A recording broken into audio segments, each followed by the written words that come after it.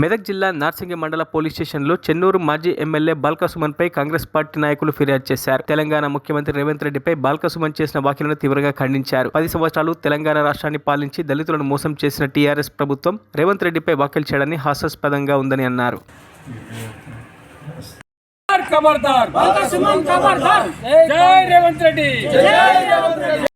చెన్నూరు మాజీ ఎమ్మెల్యే బాల్క సుమన్ గారు ఈ రాష్ట్ర ముఖ్యమంత్రి అయినటువంటి రేవంత్ రెడ్డి గారిని అనేక రకాల దూషిస్తూ మాట్లాడడం జరిగింది.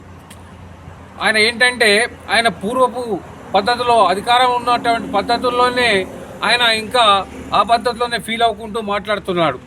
ఏదైతే దొరలకు గులాంగిరి చేసినటువంటి పద్ధతుల్లో ఆయన అదే ఆలోచనతో ఇంకా మాట్లాడుతూ రేవంత్ రెడ్డి గారికి చేత చెప్పు పట్టుకొని చెప్పుతోని కొడతా అని చాలా తీవ్రంగా దూషిస్తూ మాట్లాడడం, దాన్ని తీవ్రంగా ఖండిస్తున్నాం.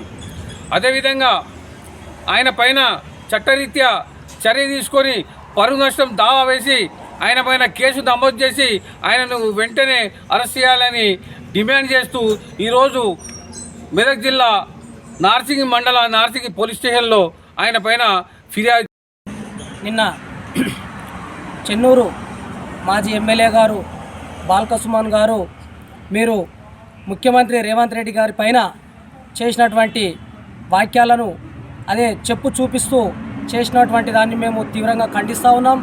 మరి మా రాష్ట్ర అధ్యక్షుడు నాగరిక ప్రీతమన్న గారు ఎస్సీ డిపార్ట్మెంట్ చైర్మన్ గారు మాకు మెసేజ్ పెట్టి ప్రతి జిల్లా అధ్యక్షుడు ఎక్కడో ఒక చోట పోలీస్ స్టేషన్లో ఫిర్యాదు చేసి మాకు వాట్సాప్ చేయవలసిందిగా వాళ్ళు మాకు చెప్పనైనది, వాట్సాప్ చేయవలసిందిగా మాకు చెప్పనైనది. అదేవిధంగా ఈరోజు మెదక్ జిల్లా నార్సింగ్ మండల్లో ఫిర్యాదు చేయడం జరిగింది. మరి బాల్క సుమన్ అన్న గారు మీరు చేసినటువంటి 9-10 సంవత్సరాలలో మరి దళితులకు మీరు ఏం చేసిరని మేము అడుగుతా ఉన్నాము. ఇవాళ చూస్తే కాంగ్రెస్ ప్రభుత్వం వచ్చిన తర్వాత ఉప ముఖ్యమంత్రిగా మా బట్టి విక్రమార్కన్నను ఉప ముఖ్యమంత్రిగా నియమించబడ్డది. అట్లనే చూస్తే ఒక స్పీకర్ గారిని కూడా ఒక దళిత బిడ్డను చేయడం జరిగింది. అట్లనే చూస్తే ఒక జిల్లా మంత్రిగా వారిని కూడా నియమనం చేయడం జరిగింది. మరిన్ని అప్డేట్స్ కోసం మా ఛానల్ని సబ్స్క్రైబ్ చేయండి.